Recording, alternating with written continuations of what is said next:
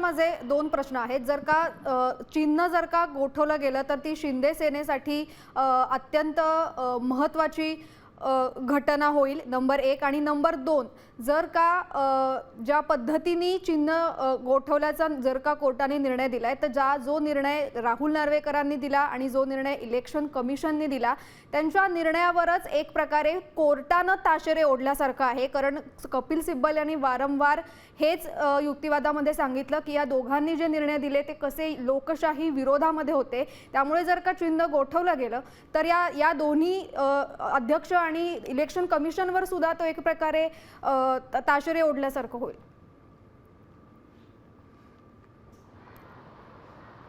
नक्कीच सायली, ज्या वेळेस विधानसभा अध्यक्ष आणि त्यांनी दिलेला निर्णय त्याच्या विरोधात सुप्रीम कोर्टाने निकाल दिला आणि निवडणूक आयोगाच्या विरोधात जर सुप्रीम कोर्टाने निकाल दिला तर या दोन संविधानिक संस्था आहेत. खरं तर आपण विधानसभा अध्यक्ष म्हणजे राहुल नार्वेकर असं अशा पद्धतीने त्याकडे बघता कामा नये.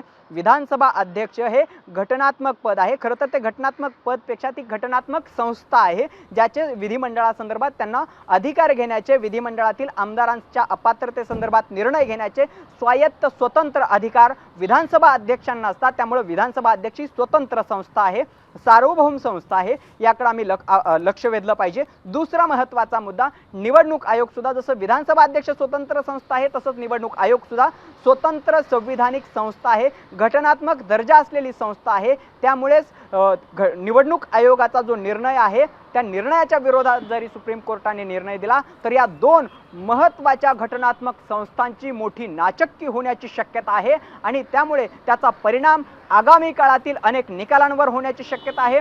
भारताच्या राजकीय इतिहासात ही केस मैलाचा दगड ठरण्याची शक्यता आहे. अगदी नबाम रेबिया केसमध्ये 2016 मध्ये जसा निर्णय दिला होता तसाच लँडमार्क निर्णय या केसमध्ये आल्यास, विधानसभा अध्यक्ष आणि निवडणूक आयोगाच्या विरोधात या केसमध्ये निर्णय दिल्यास या दोनही संविधानिक संस्थांची मोठी नाचक्की झाल्याशिवाय राहणार नाही आणि त्यातून या इतर ज्या काही संविधानिक संस्था आहेत त्यांना कायदेशीर किंवा कायद्याच्या नियमाच्या चौकटीत वागण्याचा एक सल्ला सुद्धा किंवा एक दिशा सुद्धा या सगळ्या केसच्या माध्यमातून दिली जाऊ शकते. आणि त्यामुळेच हा जो निकाल आहे हा अत्यंत महत्त्वाचा आहे आणि या सगळ्या केसमध्ये ते आपल्याला स्पष्टपणाने दिसेल.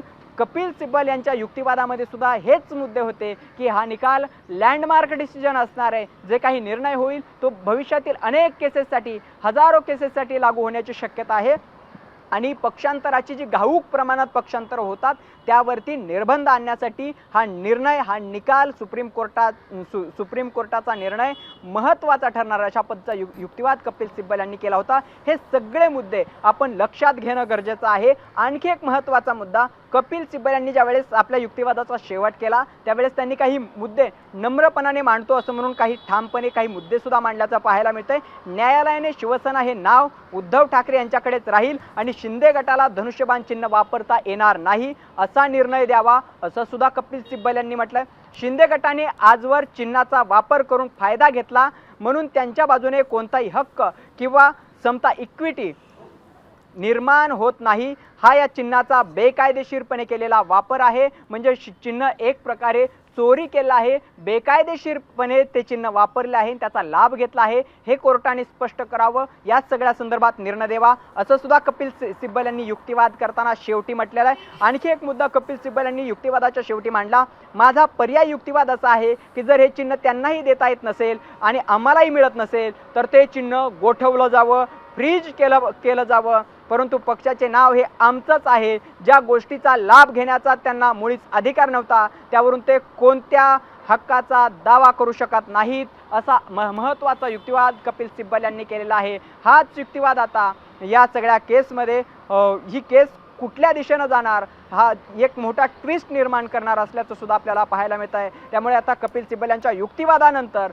देवदत्त कामत युक्तिवाद करतात की थेट एकनाथ शिंदे यांच्या वतीने मनिंदर सिंग यांना युक्तिवाद करण्यासाठी संधी दिली जाते. हे आता पाहावं लागणार आहे.